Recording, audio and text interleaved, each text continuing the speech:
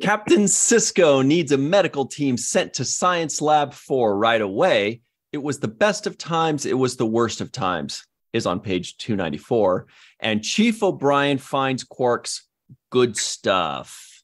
Hello, everybody, and welcome to The Seventh Rule with Cirroc Lofton. Hello, hello. My name is Ryan T. Husk, and today we are doing a review of Deep Space Nine Season 7, Episode 23, Extreme Measures, written by our buddies Bradley Thompson and David Weddle. And by our buddies, I mean we talk about them all the time, but they haven't been on the show yet. Directed by Stephen L. Posey, and this was May 19th, 1999. Where were you? Hey, Cirroc, what's up? This is going to be a party. Yeah. Pocket full of Posey. I bet that was his nickname. When we say Deep Space Nine Season 7, Episode 23, this is it. This is it. After this, there are only 2 episodes left. And this felt like the final breath before the storm, didn't it? Yeah, there was a calmness to this episode. I would say that the pace was a little bit slower. There was just a lot of, they went into detail specifically on the Section 31 in this episode. I would say it's the calm before the storm. Sure, that makes sense. I can't hear you. Oh, sorry. It also felt like what was the closest possible thing we could have to a bottle episode in these final 10 episodes. You know, that it's like a 10 episode arc. And this was like the closest thing to its own little standalone thing. That's why it kind of feels like the final breath before the plunge, you know, almost like a break. Yeah, but there was a part of me as I was watching the episode that felt like like this episode was supposed to be somewhere else.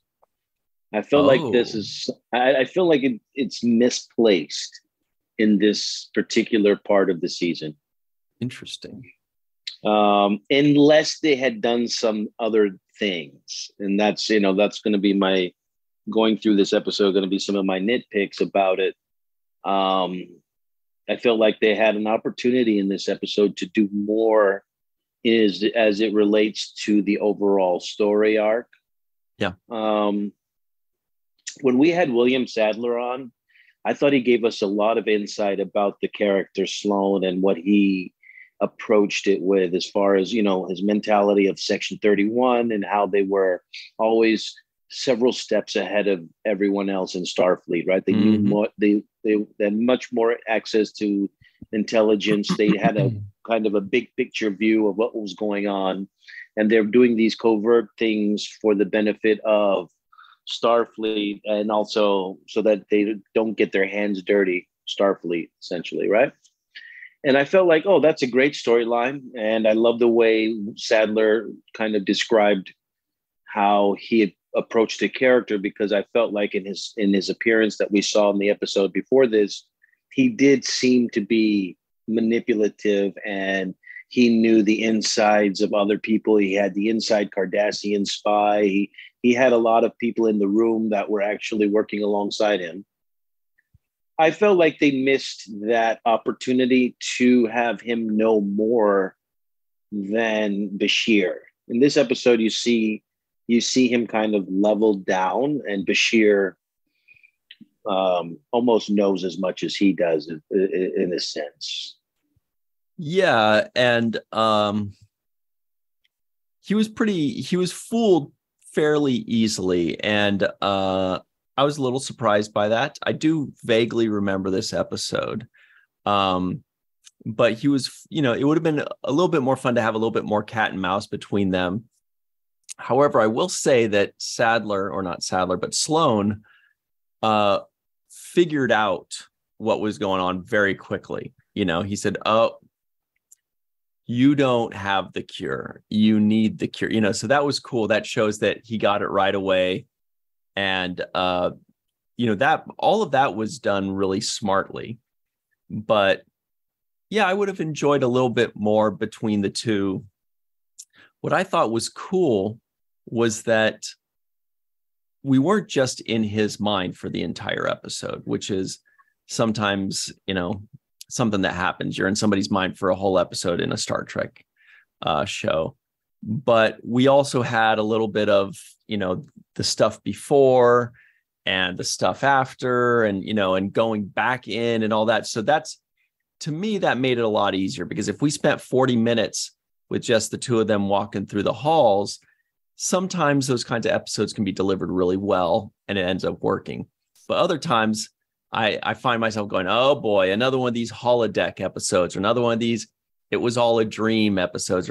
And there are a few staples of Star Trek within those. Like, one is somebody getting hurt and being like, wait a minute, if I'm hurt in this, even though it's in my mind, or it's in a dream, or it's in a holodeck, the safety protocols are off. And that means I can really get hurt in real life, or whatever it is.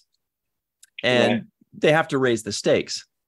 They have to let us know that there are consequences. You're not, because otherwise we don't care. Somebody could shoot them, anything could happen, and we don't care. But so they always have to include that, or they include if he dies in the dream, he dies for real, or something like that. So they made sure to add those parts within the episode that makes the stakes super raised. And so that worked. I felt like that saved it for me. Excuse me.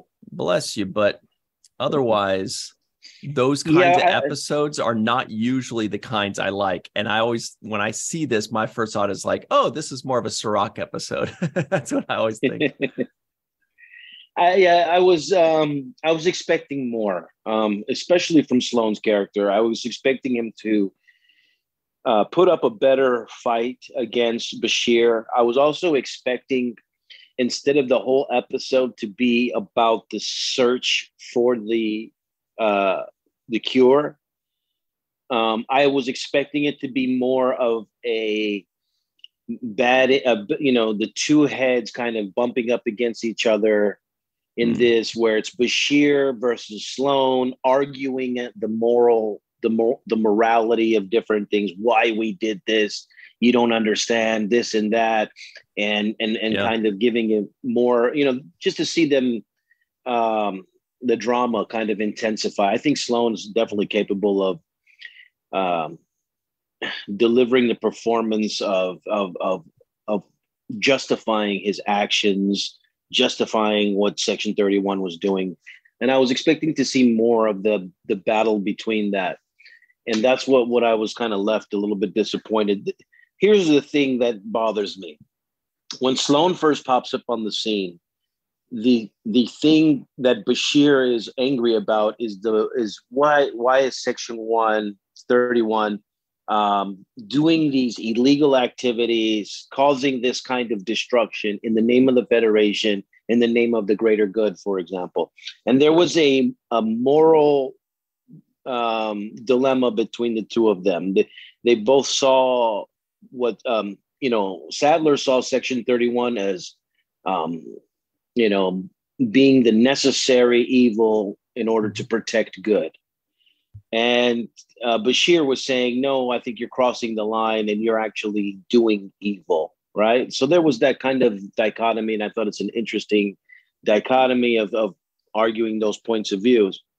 When Bashir decides to become what he becomes in this episode, which is essentially break any rule to get what he needs, then he is essentially Section 31. Yeah. He has become Section 31 as, just as much as them. So I see the roles have reversed in this episode almost to some extent.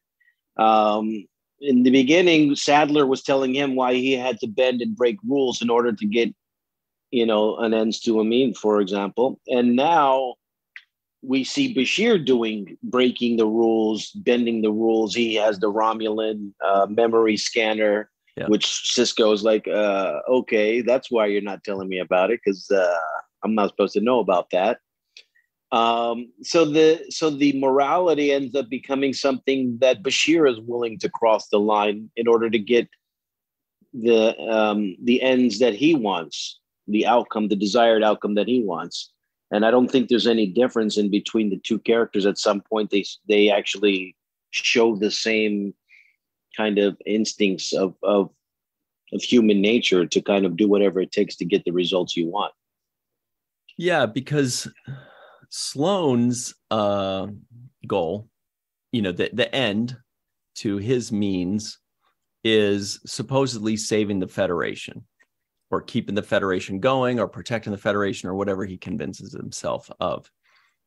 And what is Bashir doing? Does Bashir think what he's doing is as big as what Sloane is doing? Is he saving the Federation?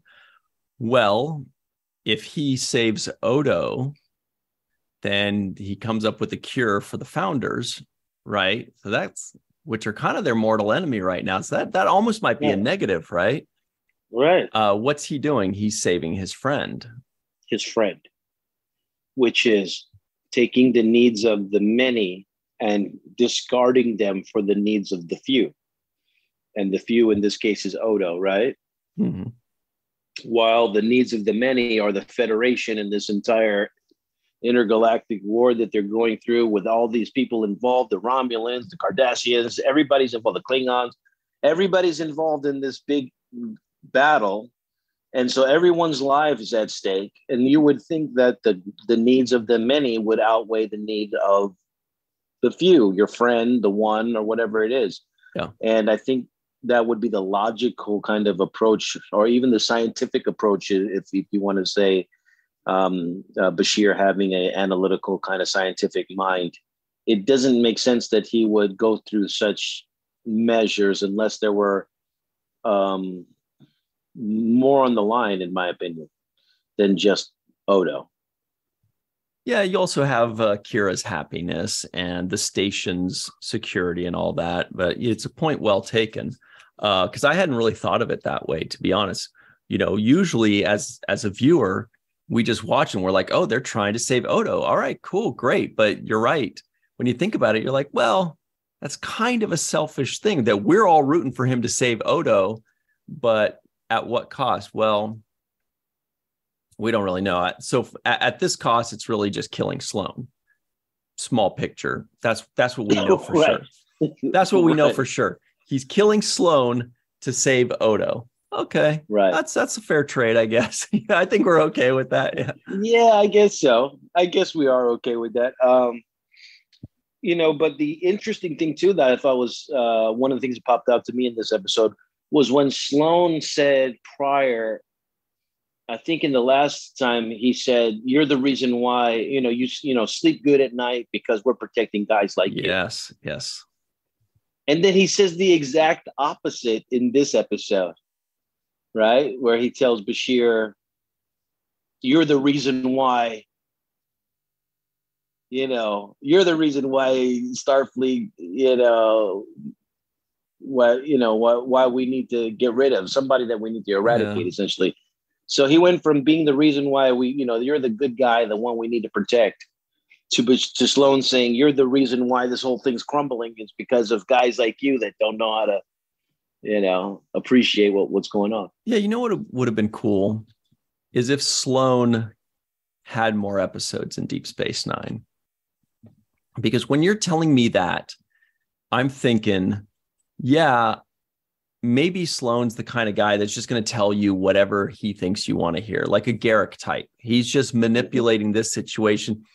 You never know who, if he's telling the truth, you never know if he's lying to you, how much of it is true, all these things. And I was thinking that, and I was like, they should have just given him more episodes. Now, obviously that's tough to do for a character that's introduced in the 7th season. Obviously by then it's too late or whatever, but it would have been really cool if he was this recurring character that maybe came back 7 to 10 times over the course of 7 seasons. And so we'd be like, it's a Sloane episode, kind of like a Q episode or like a Ducat episode or whatever it is. That would have been really interesting. And then we would have really started to understand more like why he says the things he does. And the writers would have more time to flesh out the character so that it would make sense for us rather than us feeling like it's a slightly unfinished character to us. That's kind of how it feels. I think I would have really enjoyed having him be this fleshed out character that just every 20 or so episodes he pops in and you're like, oh boy, what's this ride going to be? And I feel like they missed a huge opportunity in this episode to plant a bunch of seeds. Even though it's the end of the show, even though it's season 7, episode 23, there could have been so many seeds dropped in this episode that make you doubt and question what you saw before. Mm-hmm. For example, if while they're digging through Sloane's paperwork and stuff, and Bashir finds out that he's responsible for the school bombing that happened on the promenade because he wanted Kai Wynn to win the election, and they were playing, they were sabotaging different things that we had already seen in the past because they were playing sides politically for Bajor and this and that. Those kinds of things that we'd already seen. We could have found out that Sloane and Section 31 were behind those kinds of things, right? That would be so fun. I just want to jump in real quick and say, like, if they even just threw us a couple little Easter eggs of like you're saying, like little nuggets from prior episodes, because we're on episode 171. How cool would it have been if they said, oh yeah, and then what? The planet on the episode Meridian, that was Section 31's doing, or you know what I mean? Like all this kind of stuff, like a couple little things that would feel the Maquis. That would feel so satisfying for us as the viewer, like almost like closing the book on the series of Deep Space Nine, saying like going back down memory lane and how this has been infused throughout. Yes. That's a really fun idea. And that's why they could have spent more time they could have went right to the beginning to whatever's in his mind. And the whole episode be about, can you believe I found the file? Eddington was Section 31 this whole time. Yes. And we could have just found out more stuff. And I also would have said, I don't know when Voyager takes place. Does it take place after Deep Space Nine? Concurrent. It starts, I believe, during the 6th season of Deep Space Nine, if I remember correctly, which would mean that they're in the second season. The timeline of Voyager. It takes place in the future or at the same time as Deep Space Nine? It takes place, at the same time as Deep Space Nine, but so basically in a different quadrant. Yes. Season 1 of Voyager, I think, is season 6 of Deep Space Nine. So the events that are happening right now are going at the same time as the events that are happening in season 2 of Voyager. Let me do some quick math, but I think that's what it is. Yeah. Yeah. And so that could have also been an opportunity, for example, to drop some gems about upcoming storylines in Voyager. Right. What is this Voyager? These plans for this ship, this Voyager ship. I mean, whatever stuff that you would see eventually coming up in Voyager could have been dropped in this episode. Basically, Section 31 has a program, and it's going to be something that we're going to eventually see on Voyager. It could have been another kind of little hidden gem in there. There was so many hidden gems they could have put in this episode, relating to the Klingons and relating to even Ducat's surgery from to become a Bajoran was actually done by an undercover Section 31 agent. There could be so much more information there that Bashir could get a hold of. Can't hear you. Oh, sorry, I misspoke. It was Next Generation. There was only 2 seasons concurrent with Deep Space Nine. So, I mean, it's basically the same answer, but Voyager started around the 3rd season of Deep Space Nine and then went through like that. But basically, at the same time. Yeah, so they could have dropped hints into the Voyagers. That's really smart. Whatever what's going on over there. It would have been great. Hey, they're involved in this, and this. Chakotay, I see Chakotay's. It could have been a whole bunch of stuff, right? And there could have been so many things that we'd already seen that would have been explained better. And we would have known that Section 31 had this hidden hand this whole time behind a bunch of storylines that we thought were just one-offs, or we thought had just, had to do with whatever it was. It would just replay those things in our head and say, hey, yeah, you know what? No, and yeah, when the Troubles with Tribble episode happened, now it makes sense. That's what was going, it could have been so many things like that. Or even a nice way that Star Trek tends to do this. I'm trying to remember which episode it's reminding me of. Yes, I remember. It was when Odo was first linked with the Great Link. And he later comes back and he says, it was more like there was something that they were trying to hide from me. And so it's like, he doesn't mention it then, but he mentions it at the end of the episode. Like, there was one other thing I saw. That would have been a great time for, Bashir to do it. At the very end, when he's talking with O'Brien at night, he's just like, there was just one thing, just one more thing that Bashir, and he's like, when we were just about to leave, I got one little glance of, and there's some kind of little nugget that is, that it is pertaining to the next couple episodes or something too. That would also be a really fun way to do it. Absolutely. And that's why I feel like they missed a lot here, because they took away Bill Sadler's biggest power as portraying Sloan, which is that he knows everything that's going on. And that's his superpower, right? That he has more information than the next guy. And I feel like he could have been more coy about using that information in this episode to dangle certain things in front of Bashir, like you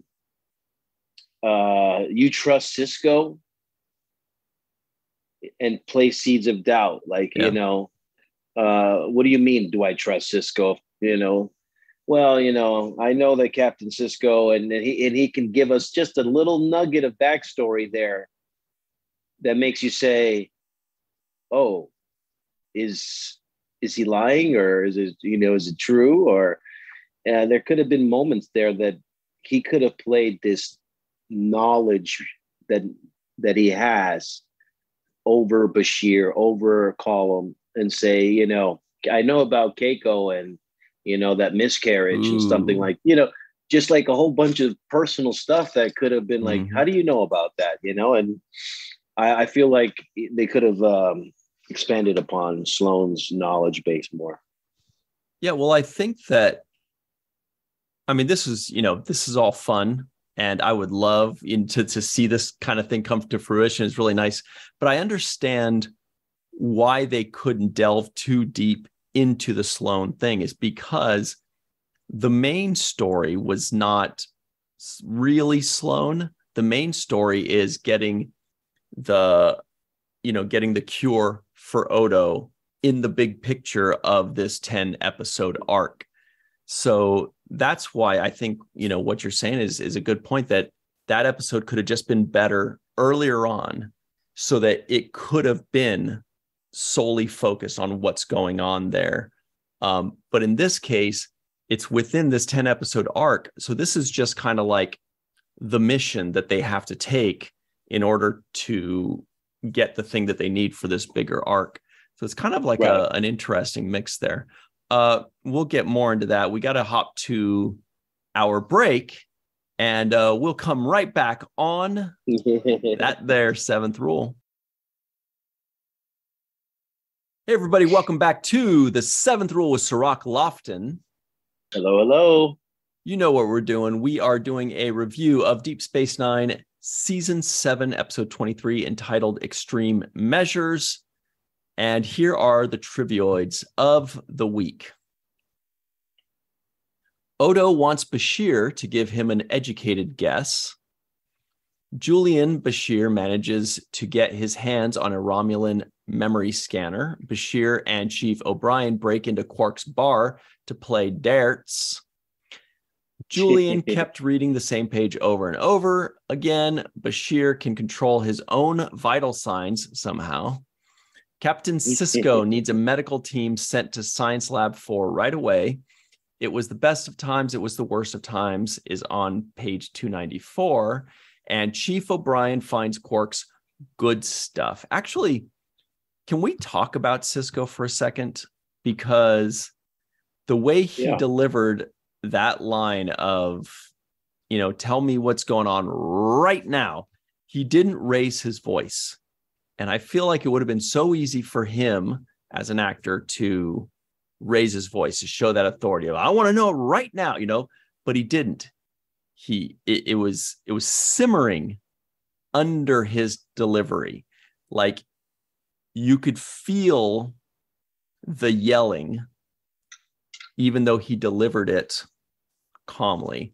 And that's what's so great about Avery Brooks, especially in the later years, is that he doesn't need to yell. The yelling is implied. You know what I mean? Like we feel it. He's just like, you better tell me right now. And I just love that delivery. And I'm really looking forward to the next 2 episodes of giving us some more Sisko, because he's not gonna be the B plot much longer. You know what I mean? Yeah. Even though he was not in this episode a lot, he did have those, and he's not in a lot of episodes, but he does make his presence felt when he's there. And he makes certain choices, like in this particular one too.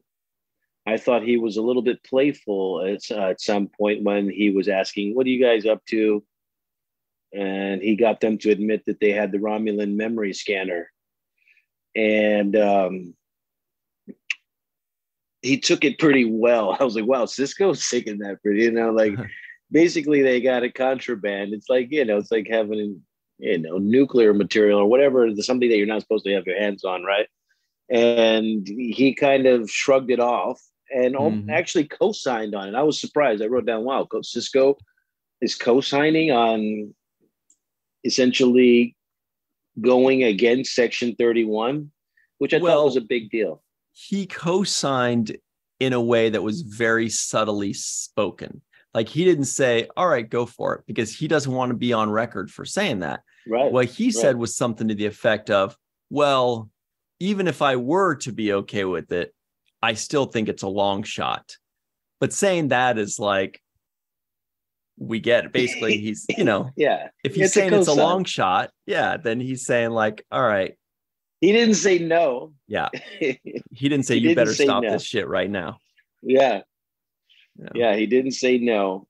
So I was surprised that he co-signed. I was like, wow, Sisko's co-signing, especially because I thought that he has probably the most understanding of what Section 31 is and does. Yeah. And so I would think that he's been briefed by Admiral Ross on certain things that are classified, and he would have certain knowledge about Section 31's intent and plan. And perhaps what they're doing could sabotage that, right? So I would think if he was privy to certain information, he would say not to interfere. But clearly he has his love for Odo, like everyone else in this episode. And Odo is also a key figure to this whole knowledge of the Dominion and the founders. So it's critical, and they've been building it up. By the way, I thought Nana did a fantastic job in some of the tender moments in this episode. That was a rough scene. There were a couple really rough scenes, and she's another one as an actress that is great at showing us the emotion below the surface. You know what I mean? Because an acting teacher of mine back in the day said something that's super obvious now, but when you're first learning out, it's important to hear it, which is it's more interesting to fight the emotion than it is to show the emotion, right? So, if somebody's like really, as an actor, if there's a character that's so mad, and they show their anger and they're yelling and they're doing whatever, that's cool. But if they're fighting their anger, if they're trying to hold it back, that's much more interesting to watch that struggle and to be like, I see what's going on here. And like Sisko, Kira, or like Avery, Nana is doing that really well, where especially that line where she said, oh, you'd be surprised, I'm pretty good at hiding my emotions or something like that, right? And you're watching her, and it's just this beautiful moment where we know who Kira is after 7 years, and we know she's good at hiding her emotions, but we know that she feels them very strongly. And so that was a beautifully written scene. Kudos to the writers for that stuff. Really good stuff and good dialogue, but also the acting was just performance. Perfect. Yeah, when she had that teardrop running down her face, and I was moved by it. And also credit for Renee Auberjonois, who also has the ability to, I guess, to hide things and play behind things. Essentially, in this whole last story arc, he's trying to not show his emotions about how vulnerable and weak he feels. And he's doing a good job of showing you that he's vulnerable and weak, but also trying to show you that he doesn't want to show you that he's, you know what I mean? So it's like a very delicate balance in the performance where most people would go just one way or the other.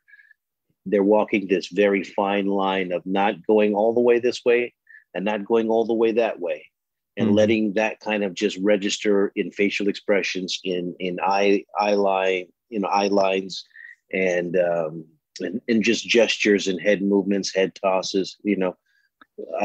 It's trusting the audience to catch it. It's trusting the audience to be smart enough to say, he's saying this, but I know he really means this, or he really feels this.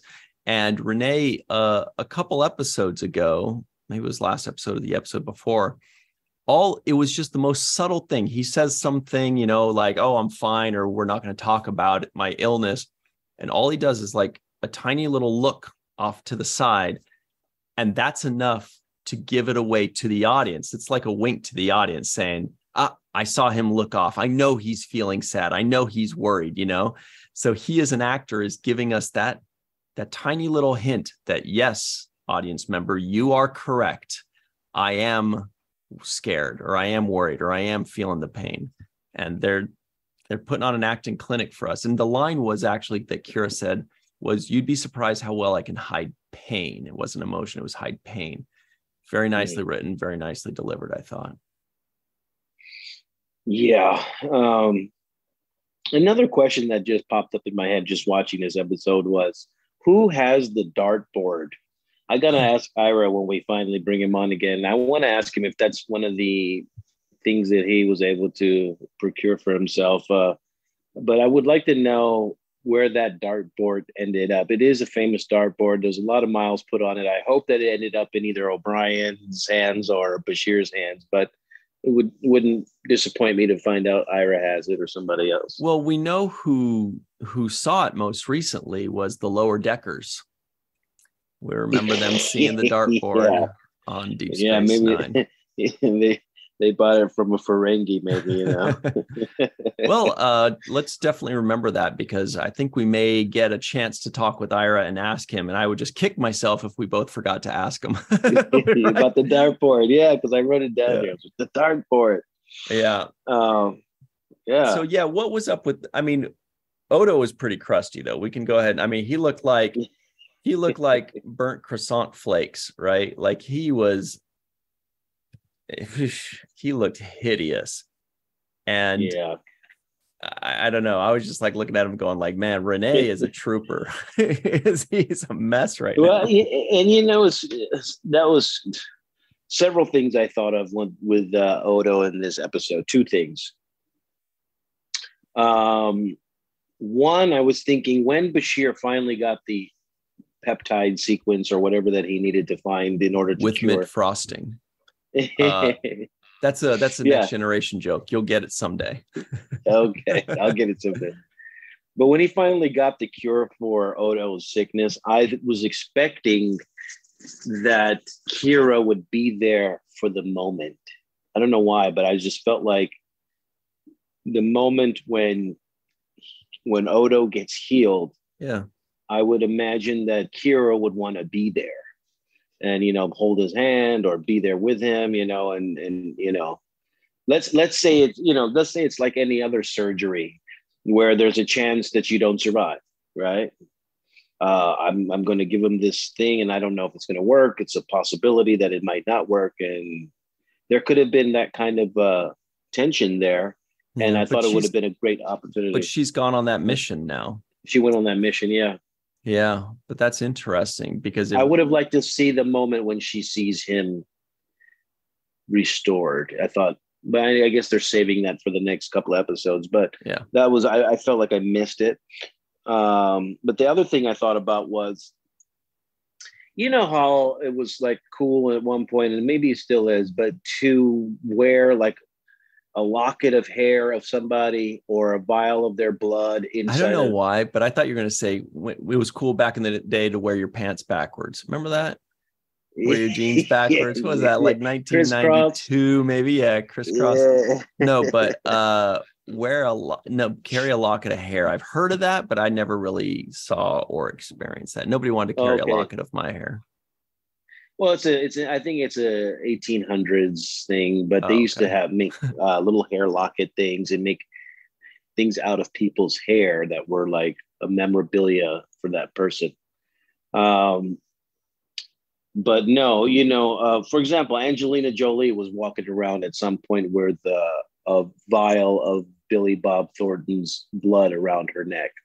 That's creepy as hell. And Kira was going to walk around with an Odo flake. With a little croissant. That's what I was thinking. I Odo could say, "Here, take this with you,and it has a memory." A tiny little in 12 hours, it'll be a little Odo goo baby. Exactly. He knows how to give out the goo. What?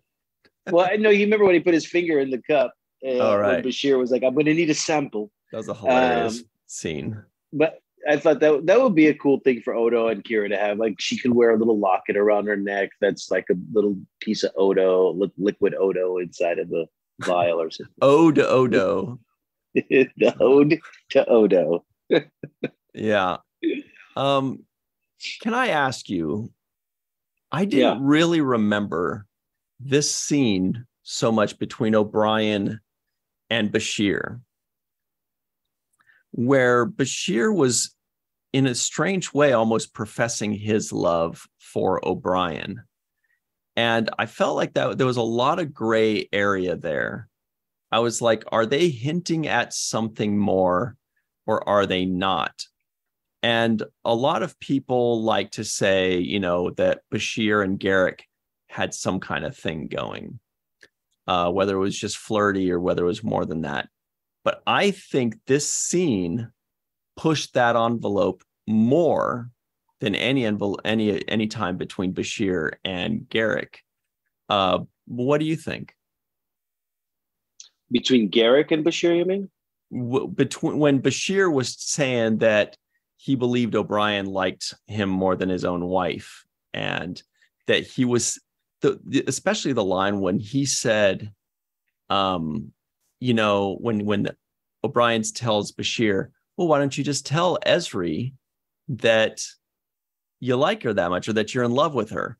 And he said, oh, I was just waiting, I wish I remember the line, but basically he was saying, well, I was waiting to get my feelings for you out or something like that. Do you remember that? Yeah, says, I thought he was ribbing him at first. I didn't take it as a seriousness thing. I thought it was like, hey, admit it, you like me more than you like your wife, kind of joking around, kind of two guys ribbing each other. Yes, at first. But then there was the line where he said, I'll just look it up real quick. But he said, basically, well, why didn't you tell her? He said, well, I was waiting until after I told you I liked you or something like that. I'll look it up real quick. But so you think the whole thing was just kind of a little bit of ribbing? I thought it was ribbing, but the way they played it, it didn't come across that way. They didn't play it the way I'm saying is a rib, He'd be like, "Come on, what are you talking about? Get out of here, man." Well, you spend more time with me, so what? That doesn't mean anything. I thought it could have been more of a rib, but the way they played it, they played it more like the way you're saying, which is, and this is Bashir has been kind of socially awkward this whole show, as far as being able to describe how he feels about people and get into the open kind of opening his feelings up for people. He's just different. He's either too abrasive. He comes off chauvinistic at some points. He's checking girls out during their medical exams. He's just awkward, And he's always been a mess. Yeah. But I've got the line here. So he says, Bashir says, I'm in love with Ezra or something like that. And O'Brien says, "You are, have you told her?" And Bashir says, "Not yet." And he says, "Well, when are you going to tell her?" And Bashir says, "When I'm ready." And then he says, "It's just that I like you a bit more."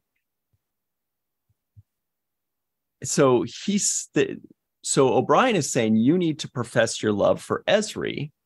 And he says, "I will." O'Brien says, "When?" He says, "When I'm ready. It's just that I like you a bit more." Right. I'm like, I don't know how else to take that. Yeah. But then when he tosses it over to O'Brien, he says something like, "Just like you like me more than Keiko." O'Brien goes, "I love my wife." I love my wife. And so that was him kind of, ending that, there. And then and then right after O'Brien says, "It's just that I like you a bit more," he goes, "See, there, I've admitted it." And I don't know, I feel like he was trying to get O'Brien to say, "Oh yeah, I like you." No. Yeah. It seemed like it. Now that you're saying that, I did it. It seemed awkward to me. I as I was watching the scene, it was very gray. I was like, what are they getting at here? Are they saying that, you're my buddy and I'd rather hang out with you and drink beer and play darts than, spend time listening to Ezri talk about her problems? Because it didn't sound like that's what he was saying, really, because, they haven't spent time together. We haven't seen Bashir in any relationship where he could be like, "Well, I just got a divorce and the last thing I want to do is get married again. And I already went through that. Yeah. I'd just rather hang out with you. I like you better than, we never saw that with Bashir." So this does come across, but then why at the season 7 are you just now like kind of introducing this side of Bashir that you maybe barely hinted at with the Garrick thing, but I thought it was more Garrick than Bashir. Yeah. And now it seems like it's Bashir. I think the reason for that is twofold. One is because, as the writers might be thinking, hey, it's now or never. If we ever wanted to add this element in, it's now or never. Now's our chance, Maybe it's not something they were thinking about for 6 seasons. And they're like, well, let's, could just be something like that. This is another question for Ira, by the way, because didn't Ira say that Bashir and O'Brien was his thing? Like, I want to write that friendship. Yeah, we should definitely ask him. But then the other thing was that it also gives us closure, because maybe that's something that's kind of been very slightly brewing for 2, 3, 4, 5, 6, 7 seasons. And this is that moment that kind of closes out that what if, because Bashir kind of barely steps over that little line of hinting at something and passes it over to O'Brien. And then O'Brien, it's kind of awkward for me because, O'Brien's married. He's married. It's not even like you can't, he hasn't given any signs that he would be open to a different type of relationship other than the one he has already. And people don't usually overstep those boundaries. If I see somebody is married in a relationship, you're not going to say, "Hey, would you be into polygamy?" By the way, it's just like you don't suggest those things unless you're absolutely sure. And for me, I as well as Bashir would know O'Brien, after all the time they hung out together, he would know if O'Brien was about that kind of lifestyle. And I just don't think. I just think it's more. I don't think it's that deep. I think it's like the guys in the writer room joking around with each other, talking how they would talk to each other. Ira probably talking to Ron Moore, saying, "Hey, I spend more time with you than I spend with my wife." And that kind of ribbing that they would have. Well, I mean, we did. We spent while we were working together. We'd spent more time with our coworkers than. I spent more time with Avery than I spent with my dad, So yeah, it's kind of that kind of thing to me. Like, hey, we spend more time. Keiko's always on the road. Me and you are always ended up in the night with a beer and a game of darts. Don't you like, we like each other. We like hanging out more than you like being with your wife. And then I like being anywhere else. And I thought it was more of that. I didn't get it as an actual come on or advance on O'Brien, more so than a ribbing session that like a jokey, two buddies joking that just wasn't played out well enough in the performance of it. I think the director didn't specify, or they just misinterpreted the way it was going to be said, but it doesn't seem like that's what they were going for.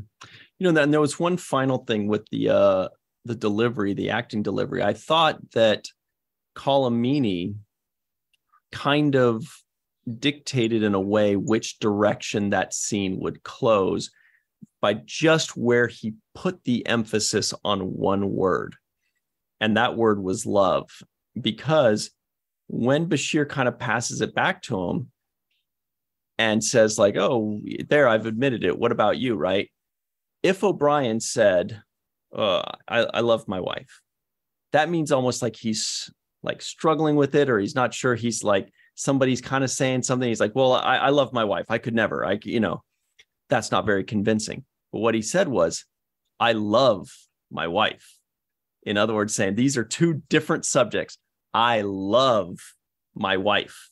You're my pal. And I don't know if that was directing or if that was Colm making a decision, making a choice, saying, "I'm putting the emphasis here," because that tells us where O'Brien's mind is in this. Just that one delivery tells us that's how he feels about this. It's just always so fascinating the way actors make these brilliant choices that just with an eye twitch or an emphasis on a word, it changes the meaning of everything they're saying and doing, and changes an entire scene. And it's so fun to watch. No, it's very fun to watch it. But it also, like, when I'm thinking back on this series, I'm thinking about O'Brien in that one episode where there were these, the girls were draped over him, and there was an opportunity because they were away for him to kind of get into some infidelity. And he was like, no, I don't want. Yeah, that was the danger zone. Kira was the real danger zone for him, because they actually had something there for a minute.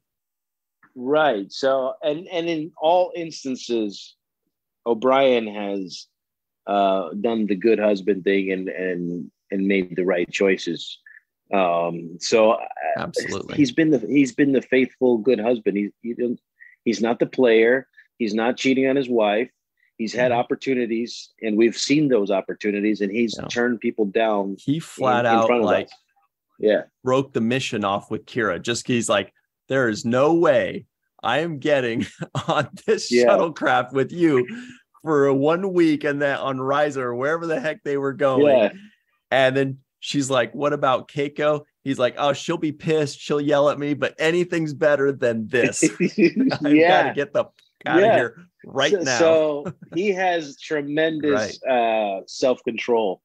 And he's exuded that this whole season. I mean, this whole series. He's shown to me that, he's the type of man that a woman can trust to hold his fidelity and keep his relationship in his pants, untarnished. Yeah, in his pants. Well, we're just about out of time here. It's so funny. Sometimes there's an episode that I'm like, I don't really have that huge of an opinion on it, because certain types of episodes grab me less than other times. And then other episodes I can talk about for like hours and hours and hours. Yet this one, I feel like we could keep going. I actually took more notes for this episode than I think any other episode ever. For some reason, there was just a lot of really well-written dialogue and a lot of really well executed and delivered dialogue that I just kept going back and taking notes on all of them. And it's just really interesting that even on these episodes that are kind of the breath before the storm or the breath before the plunge or kind of a bottle episode, there's just so much great writing within there, great dialogue and great acting and great directing, that it's a testament to why this is such a highly rated TV show and why we're still talking about it for 30 years. I do wish they had a different name for this episode. Extreme Measures. There wasn't much extreme about it. It was like, it wasn't that extreme. Okay. Yeah, like it was measures. Measures. I got this mind reading machine here. Should I use it? It was like measured measures, right? It was measured measures. Yeah. My title for this episode, and this is what I'm going to leave my final with. This is my title. I would have called this one Section the City. Thank you. Solid. Now, and city is spelled SIDDY. Am I right? There you go. That's even taking it all another notch. Oh boy. We're like philosophers. We're like Plato over here. Section the City. I gotta write it down. Yeah, that would be it. Section City. Now, speaking of Section the City, the first two people we are going to thank are from New York, or at least live in New York. They are Homer Frizzell and Dr. Marie Segal, followed by the following: Eve England out in Wales, Yvette Blackmon-Tom, Carmen, aka Skillet, Timothy Baum, TJ Jackson-Bey out in Missouri, Bill Victor Arucan, Titus Mohler, Darlena Marie, John Mann, Dr. Mohamed Noor, Tierney C. Dieckmann, Anna Post, Rex A. Wood, Anil O. Polat, Erika Stroem, Joe Balsarotti, Mike Gu, the phenomenon known as Dequeue, Neal Akasaka, Justine Norton-Kertson, Dr. Stephanie Baker, Carrie Schwent, Faith Howell, Edward Foltz, Radek Orszewski out in Southwest Poland, of course, Henry Unger, live from Tokyo, Matt Boardman, and of course, Dr. Susan V. Gruner. Very nice. All right. That's it for us. Everybody at home, stick around for the free-for-all. That's coming up next, if you can believe it. I can't. We got a lot of fun questions to ask them, and it's going to be a great time.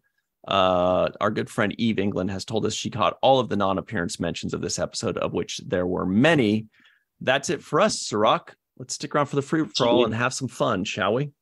All right. All right, everybody. We'll see you on the other side on The Seventh Rule. Hey, everybody. Welcome back to The Seventh Rule with Gowron Eyes. And Cirroc Lofton, of course. Hello.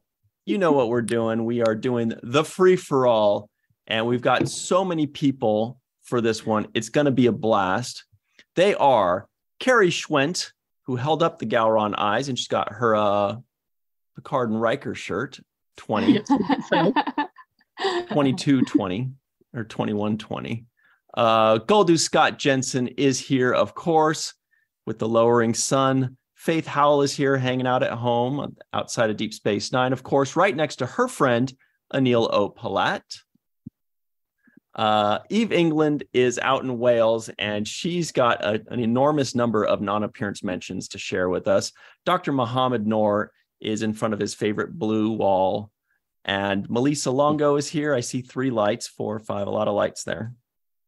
Tierney C. Dieckmann is here with a radical virtual TrekCon shirt, showing off, looking good. Dr. Susan V. Gruner looks like she might be wearing a 7th Rule shirt too, but it's tough to tell. Yep. Beautiful. That's a 7th Rule vintage shirt. Mai is live from Tokyo. It's good morning. It's morning. And Matt Boardman is also here. The man so fast, his background is blurred.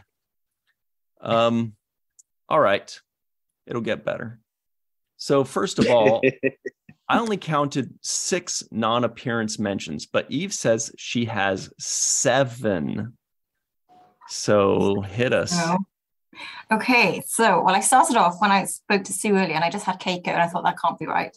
So I went back and watched it. So I had Keiko, Quark, Barai, President Inyo, Damar, Jadzia, and Martok. Yeah. Is that 7? 1, yeah. Wait, So I what? think they were all mums. Yeah. Yeah, I didn't get. They mentioned Quark so many times, but I didn't even think that he's not in this episode. Right. But I also did not get Jadzia and Martok. When did they mention Jadzia? I thought this was the first episode all season. They didn't actually mention her. Oh, I can't remember. They definitely mentioned her at some point. Yeah, I have it written down as well. And we had Keiko, Jerish. the kids and wife and family. Jerish A couple. and Yep, Yo. Jerish and Yo for sure. That was the Grazerite from Paradise Lost. Really cool alien character. But I also had Kirayoshi and Molly because they mentioned the kids. Yeah. They mentioned Jadzia when they were talking about the book because Esri Oh, that landed was in it. it Right. with That was Jackson. it. Right. Yeah. Excellent. Excellent. All right. And everybody's clamoring for it. Jake Sisko guesses the IMDb score.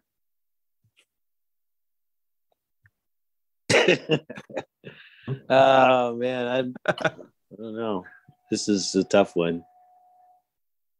I guess I'm gonna say a little bit lower for sure than the last one.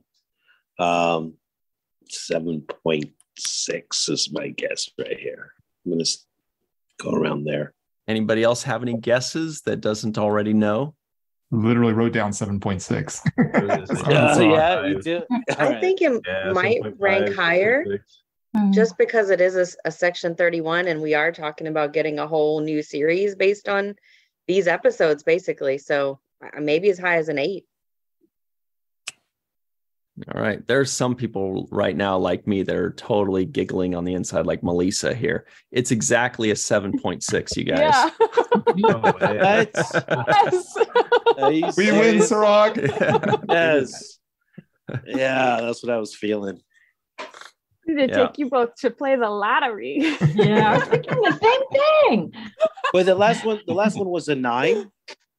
Was it? It was like an 8 point something, but it was way higher than, it was definitely higher than this. 8.7. Hiatus. 8.7. All right. Well, Dr. Susan V. Gruner, can you start us off? How are you? How much did you love this episode? I liked it. And to be honest, I dreaded watching it because I thought I didn't like it. I've watched it so many times, but this time I felt different about it. There's a lot going on, and I would give it a higher rating than that. I'd give it an 8.5, not a 10. What? But Who are you and what have you done with Sue? But there's so many little things as usual that I liked, mainly the friendship between O'Brien and Bashir. I thought they always do a great job with that. But yeah, I enjoyed it. More than you I thought, wrote right? down a bunch of things, but I'm not going to go over every single little thing. I thought it was well done. We'll cover it all, I'm sure, at some point. I'm sure we will. What about you, Goldu Scott Jensen? Oh, by the way, you guys, as of this weekend, Scott Jensen has us all caught up on audio engineering with all the episodes, the Deep Space Nine episodes and such. So that's really awesome. Yay. Great job, Scott. Thank you. How did you feel about this episode? And will you still enjoy it when you're out fixing the audio for it? Probably so. I didn't ask everybody to, talk so I could hear that their volumes were all straight, but I should have done that. We'll do that next time. Oh. I do like it. I like that this is the kind of the trilogy, the Section 31 trilogy cap. Mm-hmm. Love Luther Sloan so much. Normally I get a little aggravated when they take the villains and ultra humanize them, but I feel like this still left us with a big question mark at the end of it. But my favorite part was Sloan's last words as he actually, died on the table, where he said, obviously I wrote it down, but it's really long and I don't think I can read all that, but people like you will destroy the Federation if given the chance. Unfortunately, people like me will die to protect it. Mm-hmm. And then dies. And then Julian does something that I feel at that moment is pretty unethical, of digging around in somebody's gray matter. And I think that's pretty damn dark. Like some would say, as dark as something Section 31 would do, to dig around in a dying person's brain to extract information to save your friend. I mean, because when it comes down to it, he loves Odo and he's his buddy and he wants to save him, more so than to stop this virus from killing, an entire race. It's Odo first, then it's the founders that, even if he's thinking about that, I don't even know. So I thought that it was a really cool dichotomy in the end that Julian kind of proved Sloan right, he proved him right about the moral quandary of sometimes for the greater good, you've got to do things that will make you a worse person. And just all the shots in the party in there of Sloan being his own worst victim of all of this, I thought it was really, really great. So Julian, you're not so smart after all. You gotcha. It's good stuff. Now, somebody that's no stranger to shots at a party is Faith Howell. She likes tequila. So it's just a guess. Am I right? And how much? I'm more of a vodka girl myself. Okay, but sure. But okay. For shots? Cocktail. Let's just do a cocktail. Okay. Forget the shot. Well, how'd you feel about this episode? Did you love it? I mean, it's not my favorite, but I love all of these last 8 or 10. So, I have a few nitpicks, but I also really, I like the standout episodes, the ones that are kind of a little bit weird and don't quite fit. But I like this one especially because it is kind of a weird, doesn't quite follow the whole timeline with all the characters, but it also stayed really true to the storyline, and you can't take it out. Something would be missing from the final puzzle if this was not there. So, I really, really liked that about this episode. Couple nitpicks. The little startle that Sloan does when he gets caught in the force field, I kind of feels just like when my kid screams when I surprise him and he knows I was there. It was like, oh, I knew that was going to happen. So I kind of laughed out loud at that this time because it definitely reminded me of Thomas. But it also kind of seems like something that Sloan would do. So I wasn't sure if it was an odd acting choice or if that was a very deliberate acting choice. We may never know since we're so close to the end. But I also my other big nitpick though was they were talking about how Sloan could have just come in and destroyed his infirmary to destroy the research. But if the solution to the problem is a list of ingredients, wouldn't Bashir have been able to retain those if he had actually solved it, especially being that he was genetically engineered and has a photographic memory and can recall, wave patterns on a scan from 6 years ago. I feel like he would have had to have been in the explosion to actually wipe out that information. So yep, that was my only big. It's a solid nitpick. I mean, for a guy that can wake himself up from like a vegetative state or whatever it is, which is pretty amazing, I guess. Yeah, I also thought about like what it must be like to be a spy, and like that whole like cyanide capsule thing. Like, I definitely bite my tongue more often than I think is normal, and I probably would just off myself just by accident. But then, like, how must it work if it's in your brain? Is it like a certain memory that you think of? Because then wouldn't you think of that memory twice as often, since that's the memory you're not supposed to think of? Totally. So I don't think that would work. I feel like I would just kill myself suddenly, accidentally. Oops. I would be the worst spy ever. That's interesting. Yeah, that's a good point. If they tell you don't think about an elephant, you're gonna be like, oh shit, you already messed it up. Melissa Longo, you just did think about an elephant. What did it look like? And how much did you love this episode? It was rainbow. I keep thinking about elephants now too. I am like Sue, and I was actually dreading this episode going into it. And then it started, and that teaser, it was so beautiful. I love Kira and Odo so much. I love them so much. It was so emotional and heartfelt, and then Sisko's interaction with Bashir and O'Brien when he found out what they've been up to, and it was like they got caught by their dad. Exactly. That was really good.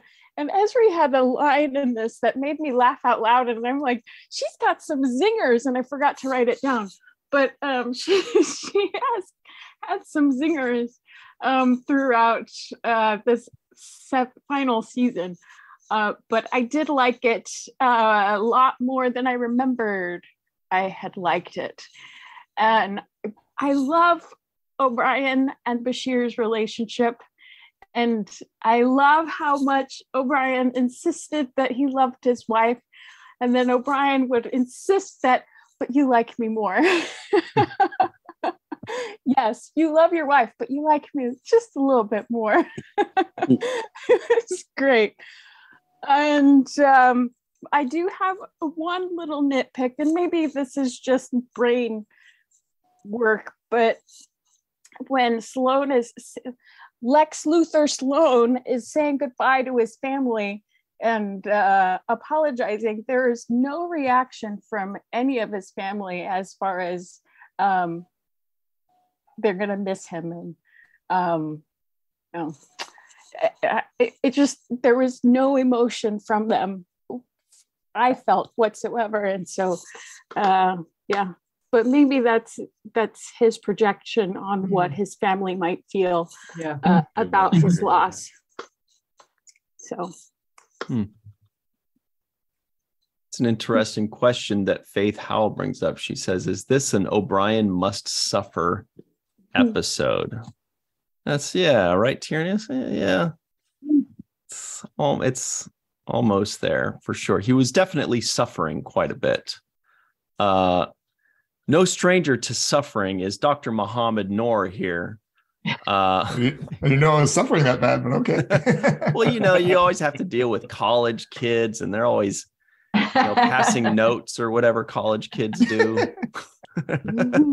How are you? They're great. Did you love this episode as much as Melissa or less? I think I'm somewhere between Faith and Melissa. Like, I like Melissa was going in a little bit. I don't love these, inside brain episodes, but it's okay. It's okay. I can't wait. I I didn't say love. Love is a strong word. No, fair. Okay, O'Brien. Maybe I'm spot on with Melissa then too.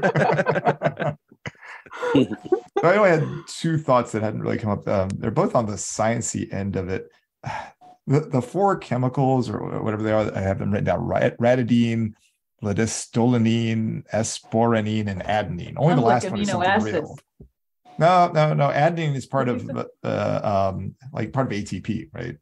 Right. One of them is neosporin. Did you say? It sounds like it. That's what it sounded like. They use that all the time. Did you say adenine? I thought it was adenine. Yeah, right. That's right from the first part. Yeah. I was trying to figure out how these four things would translate into. Because I mean, they're not real. Adenine is, but the rest of them are not real nucleic acids. So I was trying to figure out how does that actually cure anything? Like, do you make it into a virus? And I was trying to figure out how that would work, and I didn't. Really we were all thinking that. I'm sure. Yeah. But maybe, I could retcon something for it potentially. But I guess the bigger question I had was this idea of can this dying person deceive them? Like, for example, those four things were there. Could have just been wrong. They've come out all right, I got it. And they come out whoops, it didn't work when we injected it. No. Because right. I mean, obviously he was interacting with them in various ways and keeping things away from them. So I was thinking, well, if you keep things away from them, couldn't he just give them a lie? And I was thinking of that also in the context of all those secrets. So they're pulling up things that these Section 31 supposed secrets. Maybe they're true, but maybe they're completely made up. I don't know.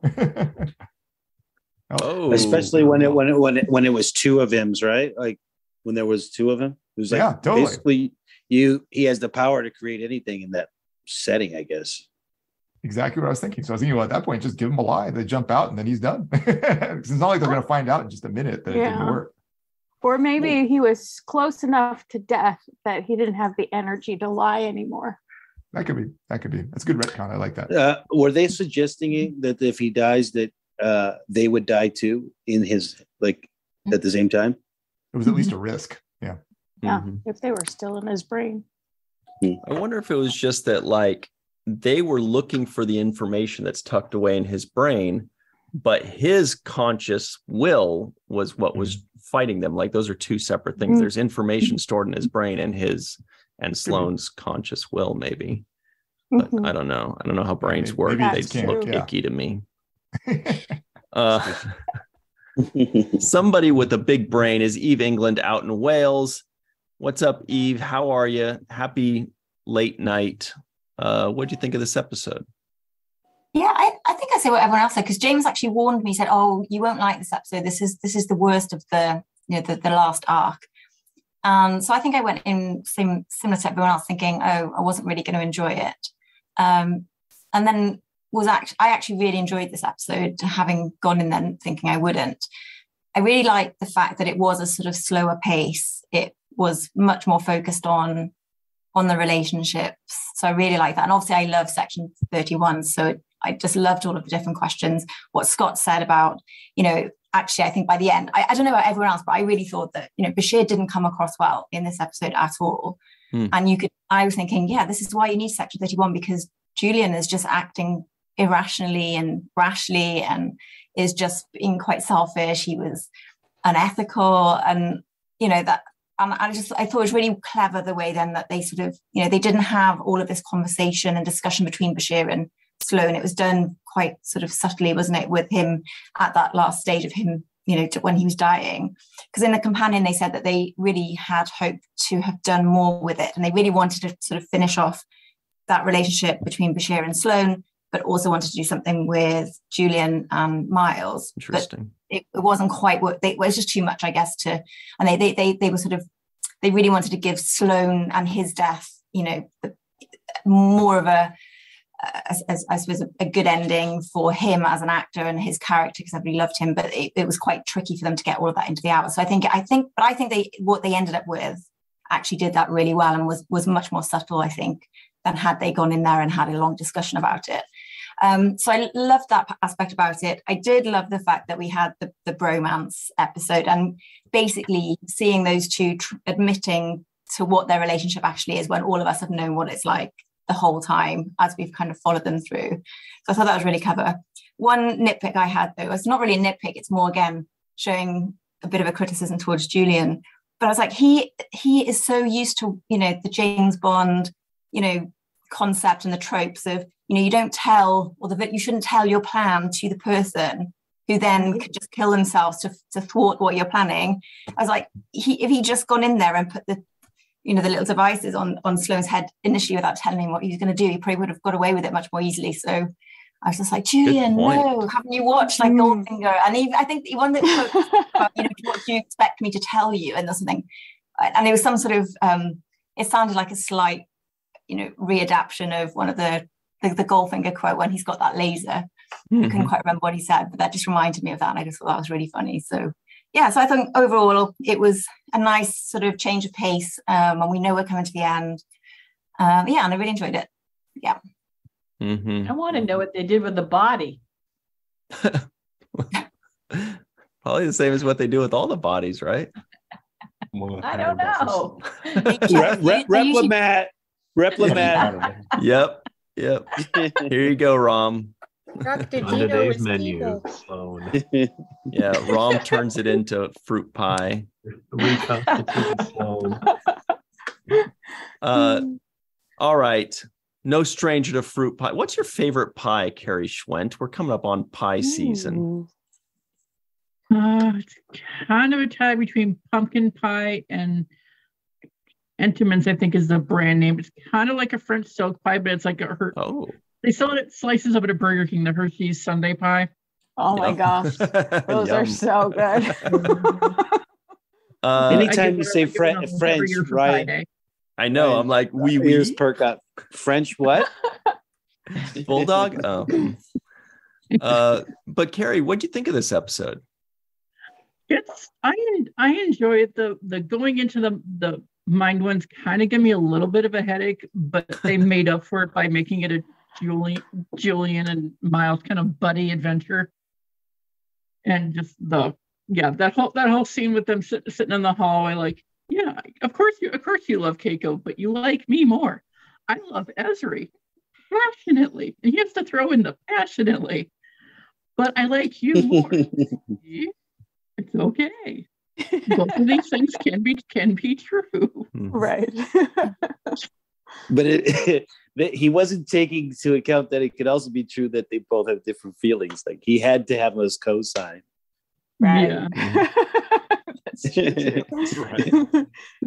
And I have a question I have. Why does Julian have to break into Quark to use the DARPA? Wouldn't he have one of his own in his room that he could just thwack against the wall to irritate his neighbors? It's not the same. It's more fun that way.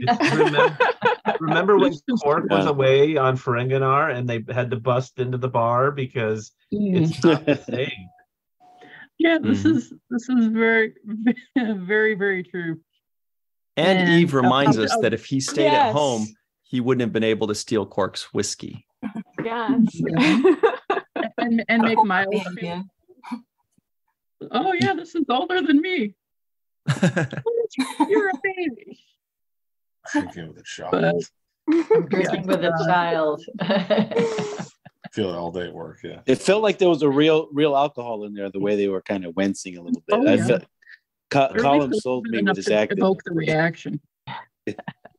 Yeah. And I do have a nitpick, but I'm gonna get my haiku in quick before I forget, and then I will ask the nitpick question. So I've got a clever trap works. Sloane's mind looks like the station. Odo gets his cure. And yeah, just like Melissa said, that nice bittersweet moment with Odo and Kira. She wants to stay with him, but he's like, no, you got stuff to do. I'm gonna lay here and be miserable. You go get done what you need to do. So just go. And she tried. Yeah, he doesn't want her to kiss him, but she's like, you know what? Too bad. I'm kissing you anyway, and then I'm gonna leave because you got to get that last one in, just in case. At least put some chapstick on his face. Right?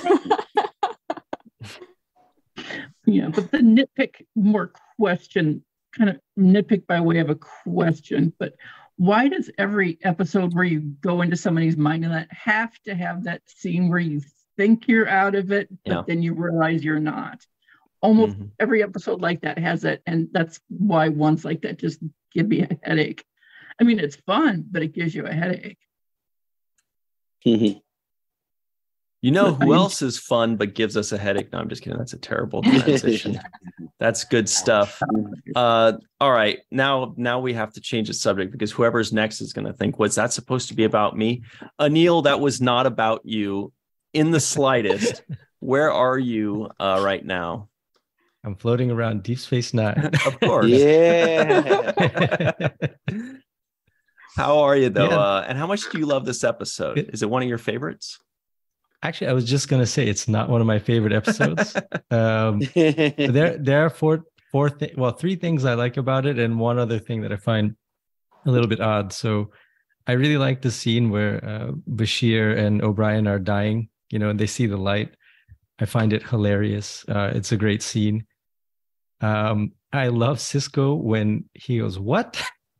It's like one point where they tell him the plan.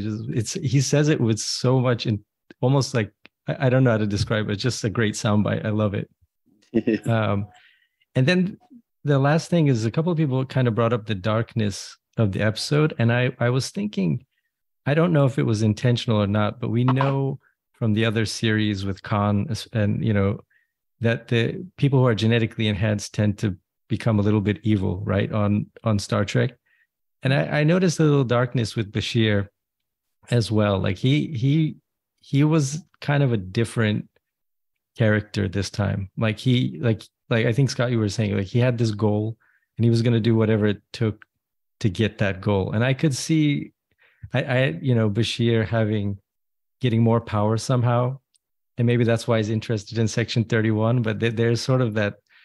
It would have been interesting if there were more seasons, maybe like a slide toward a little bit of a darker side of his character. But and then the last thing, Section 31 needs to take lessons from Kira, because you send in the one guy who knows the formula for the cure.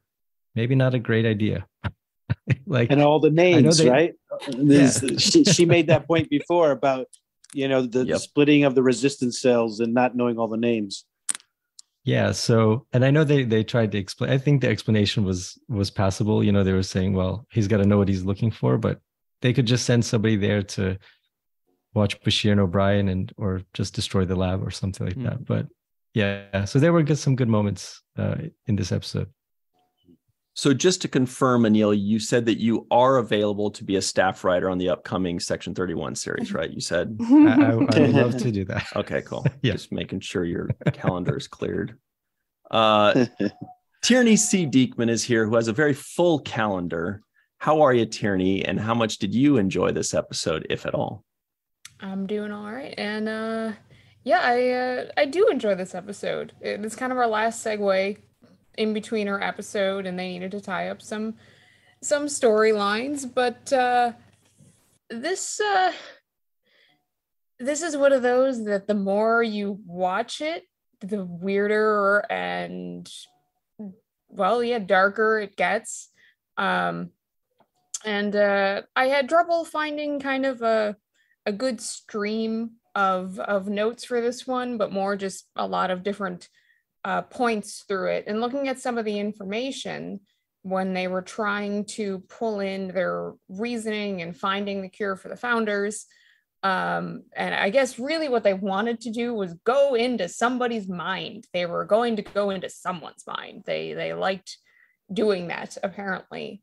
They thought about it for Waltz into Ducat's mind, and they didn't end up doing it then. They did it with Julian in oh crap, I can't remember the name of the episode, but where the Lethian, got to him, and probably his genetic enhancement saved him. Yeah, what episode was that, guys? You remember that? Distant Voices. Is that the tennis balls one? Good job. Right. Yeah, good knowledge. And I think at that point, Bashir might have been the first person in the 90s to be in old age makeup, and I don't think he pretended that being old meant he had a palsy. Through all of it, because apparently that's what happens when you put old age makeup on someone. Of course. They lose control of their vocal cords and they have palsy. It's so heavy. every time. So they were going to go into somebody's mind, either Odo's mind, possibly Sloane's, but also a thought was Dr. Mora, because they had, played around with the idea that he was the creator of the Founders virus, and he never intended for Odo to get sick. He was recruited into this, and given at the time, I think it was mentioned in Paradise Lost that he was there and helped them with their security measures or something.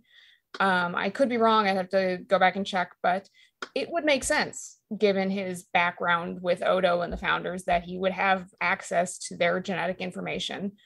And going off what Dr.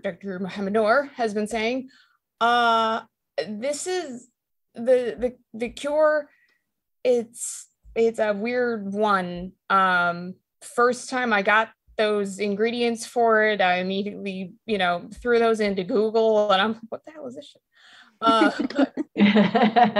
I kind of surmise that it's more like a CRISPR sort of deal, and it was something to slowly make your DNA unravel. So they're kind of getting, if you look at them, it's kind of like radiation poisoning. Your skin's eventually going to slough off. It's not good. It's not good. So kind of figured something like that. And like Faith had mentioned in the chat, these are also, part of our DNA chain. They just have not been discovered yet. So we got one thing real, part of HB, and some other sci-fi stuff. But Mohamed is shaking his head internally right now at you guys. I kind of would have liked to have had Dr. Mora element in this, but it could have been really dark. It could have been he who committed suicide, and it was his brain that was dying. Because he would have felt terrible if it had been him that they revealed that had created this, or had been recruited to, or Section 31 made him, because they would have found a way somehow, probably, or took his research and screwed it up in their Section 31 ways. Like, it could have been even more messed up than it was. And they played around with making Sloane's mind even more labyrinthian and darker, and like some psychedelic design. And I'm glad they went with just using the DS9 set and some other various sets instead of making it kind of like the ships from Killer Clowns from Outer Space, and made it a lot more tolerable for our own minds if it's supposed to be Julian. And I don't know how O'Brien is also interpreting it in the same way, if they're both tapped in. Also, yeah, this is kind of an O'Brien sort of suffers through friendship. Julian should not let him. It's like O'Brien's annoyed. Go with him. An O'Brien is annoyed episode. Or doesn't want to feel left out. O'Brien lets himself suffer a bit, with this one. But I think my favorite part while they're in, besides their amazing hallway scene, of course, with the light and their little bromance, and them out loud explaining that they have learned about complex human relationships, and that love and friendship can have just as much meaning and be different. It's beautiful. I love it every time. But Sloane's speech with his family, his like AI generated uncanny valley family, is kind of brilliant if you really pay attention to it. And what he's saying, this is Dr. Bashir and Miles O'Brien, and I wouldn't be here today if it weren't for them. Like, dude, there's a lot that could be going on here depending on how you look at it. Is he being sincere? Like, he is just happy to be done with this. Does he really have a family? We don't know. Has he made these people up in his mind? We don't know. We'll have no idea. Is he really happy to be there, or is this just him accepting it? Is this him lulling them into a sense of, false security, before Muffin hands him the pad, and then everybody's favorite pleather Gestapo comes in and shoots them, you know, or shoots at them in the wardroom, and everybody disappears. So it's there's a lot that happens. I'm glad they tie it up with Sloan. I kind of wish they touched, other than the Romulan mind probes, on what happened in Inter Arma a bit more. Where did he go if that was him and not a, you know, cloned whatever version of him that got disintegrated away, you know? But either way, that era is great. That area is great. The episode, Kira and Odo in that beginning. There's a note in the companion that Renee played it as if finding out that you have a terminal illness and how you decide to deal with that. And it's just watching them is freaking heartbreaking.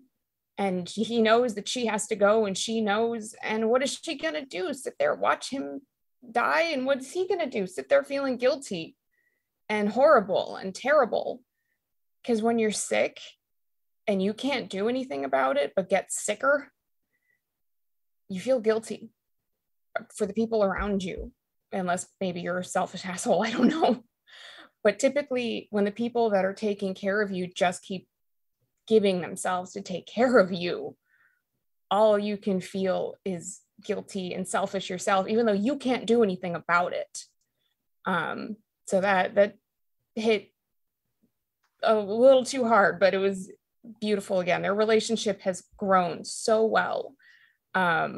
Towards the end of this, you really feel and believe the love and the friendship they have as people, not just as their characters, because they know the series coming to an end too, so you feel this with them.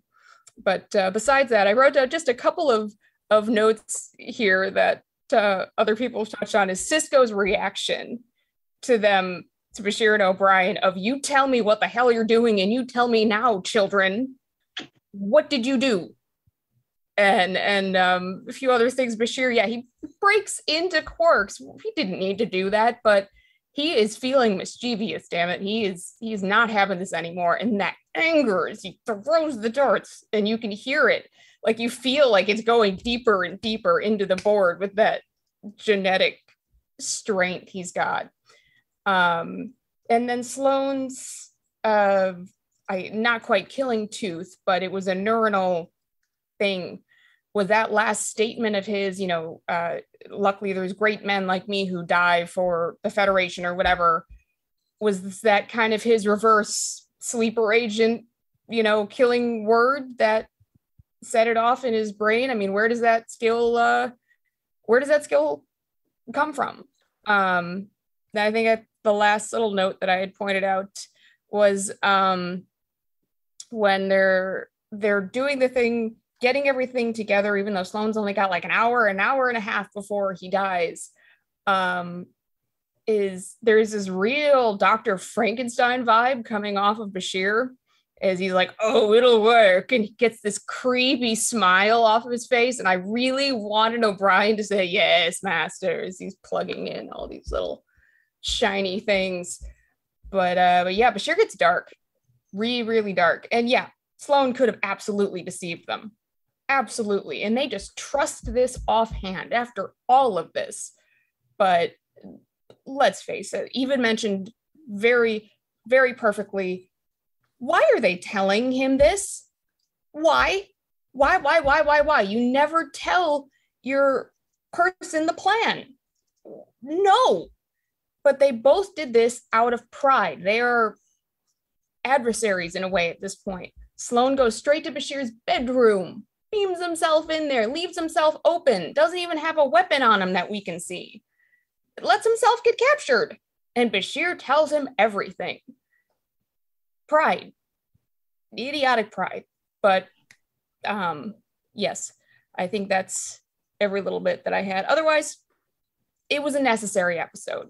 It's ill-placed a little bit, but they had to have it. What can you do? Yeah. Dark Bashir. You're on mute, Ryan. Oh, sorry. You know what else we got to have? Mai, live from Tokyo. Hello, Mai. Welcome. Good morning. and tell us your thoughts. Good morning. I felt like a radio disc jockey right then. Like it's the 80s. It was, excuse me. I liked the episode.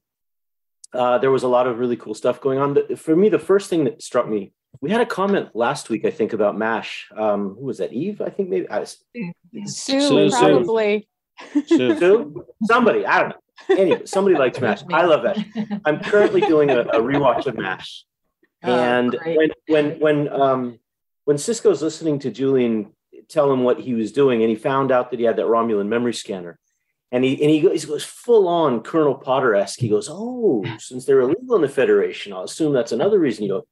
I thought that was just bang on. It was great. And then they borrowed the whole going into his brain thing. Was that inner space? Was that Fantastic Voyage? It was fun. Who was it that said Melissa? I think you said Lex Luthor.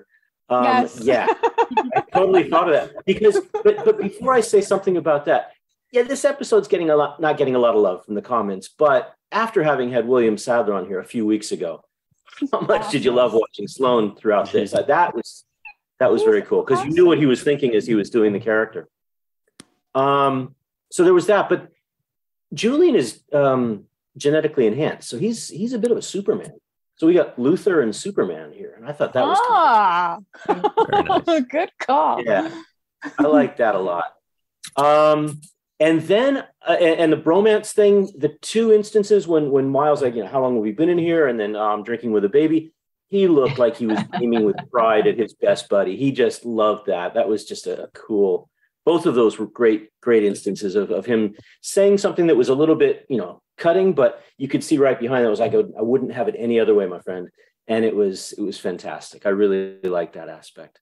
Then I need some help from the scientific stroke medical community here because my nitpicks are that's you, Scott. A little bit technical, but I've had lately this past week I've had occasion to delve a little bit into how the brain works for other reasons. And on this one, when the guards like, you two stop right there, and Julian's now what? He's kind of pissed off, and the guards are in a restricted area, and he's like, Miles, I thought we were in the cerebellum. Why would they be in the cerebellum? It's about motor activity and movement and balance. They should have said the basal ganglia if that's what they were talking about, where cognitive function and emotion. Maybe cerebellum's just a better known word, but they should have gone with basal ganglia on that one. That was one thing. The other one was when they're sitting there and Julian's in pain, and I just tried, and Sloane's mind must be sending sensory stimuli into ours, causing us to experience pain. And then he talks about the hypothalamic feedback loop. Why would the hypothalamus have anything to do with pain at all? That's the parietal lobe, I believe. So there was that. The hypothalamus is involved with stress, yes. The pituitary gland is the front part of the pituitary gland is involved with stress, but they just picked words out of the thin air that didn't make sense to what they were trying to describe. And so generally with Star Trek, I get a lot of, I learn a lot. I've spent a lot of time learning over the last 30, 40 years from this show. But today, or this episode, they reached and they used some words that didn't make sense in the context. And I was like, you guys got to do your research a little bit better on that one. But other than that, it was a fun episode for a lot of reasons with a couple of nitpicks related to my own life. But anyway, so that I'm done. I'm done picking nits. Back to you. No, those are the exact same nitpicks that Cirroc had. Right. Yeah, I figured I wanted to get in there before he. Well, I did want to apologize to everybody because I wrote the medical science stuff in this episode, so that's why I was so shoddy.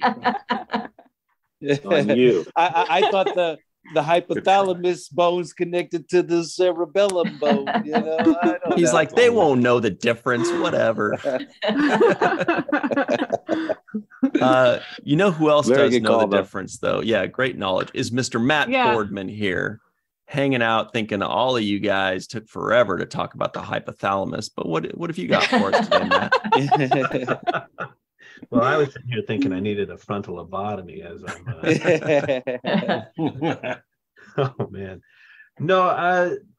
This episode, as I get set down to watch, I remember it's one of those that I kind of in that final arc. I always remember dreading, like because it is such it's almost like a speed bump in the in the motion that they start for, as we're heading towards the final episode, because I mean, it does tie in the sense that they're trying to figure out that cure for Odo, which is we've been kind of talking about up to this point, but then the whole delving into the inner workings of Sloan, it felt kind of like a little push on the brakes before we head into the other stuff, because we don't get the the episode before, we got bits and parts that furthered each of the separate storylines that we have, and this one seemed to kind of take it and kind of force it back in through that prism to get that single, we get that single-minded storyline, other than I think Melissa brought this up, the very touching moment at the beginning between Odo and Kira, which I don't know, I love that relationship. Everybody else has talked about that, but I really love their relationship. That's one of those, it was like the 7-year payoff, before we finally got that goodness there. But I was trying to think about it watching this time, knowing that we were going to discuss it, thinking about new ways to look at this episode. And I thought, I was thinking, like, why is Sloan's brain Deep Space Nine? And I can't help but think of that. That's just one more layer of Sloan that he's trying to keep, despite the fact that he's dying, he's trying to keep, Bashir and Miles out of anything else, and until we get to the end there, and that's that kind of that last grasp of like trying to distract Julian from this thing where he's like, he's dangling all these carrots in front of him. Oh, look at these little goodies that I have over here for you, and what about this over here for you? And which I thought was fun. But I definitely got some Fantastic Voyage vibes, although that movie traumatized me as a kid. I, to this day, still think of the white blood cells coming down and eating the guys.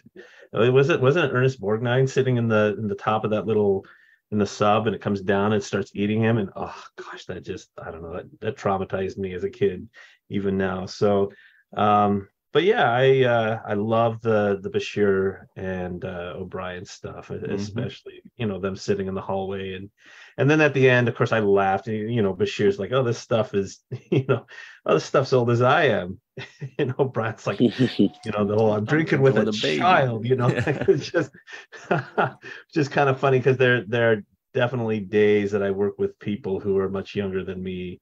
There's a guy that I know who's 25 and he thinks he's old, and I'm like, man, I'm 43 years old, man. You still got a lot of life to live, And and then when we're talking about the makeup from, although this isn't related to this episode, but isn't it funny how they used to depict people in their 40s and their 50s, like, and I thought back to that's kind of how I looked at my parents when I was a kid. Like, they always seemed so old to me. Yeah.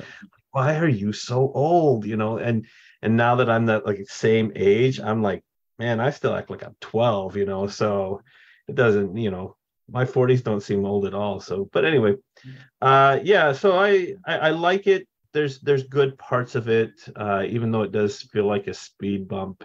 And as far as the medical terms, I always just kind of thought maybe back then, since there wasn't the access to the internet, that was one of those things where they're like, let's just kind of slide this one under the door, and most people aren't going to get it. And for those who get it, we'll never hear from them. Well, they heard from people. I'm sure they did. Little did they know. So we do have to run, everybody. But before we go, I can't remember who brought it up, but Cirroc, was that the same sets as Deep Space Nine? Did you recognize that corridor? What was the corridor? That was the same. Okay, yeah, so you did recognize it. Okay. Yeah. Just looked a little different. All right, everybody, we do have to run, but we want to say thank you very much to Sue, Scott, Faith, Carrie, Eve, Dr. Mo, Melissa, Tierney, Anil, Mai, and Matt Boardman. Thank you all for playing with us. For Cirroc Lofton, myself, Mr. Aaron Eisenberg, and all of the Seventh Rule, we thank you all. And, always remember the Seventh Rule.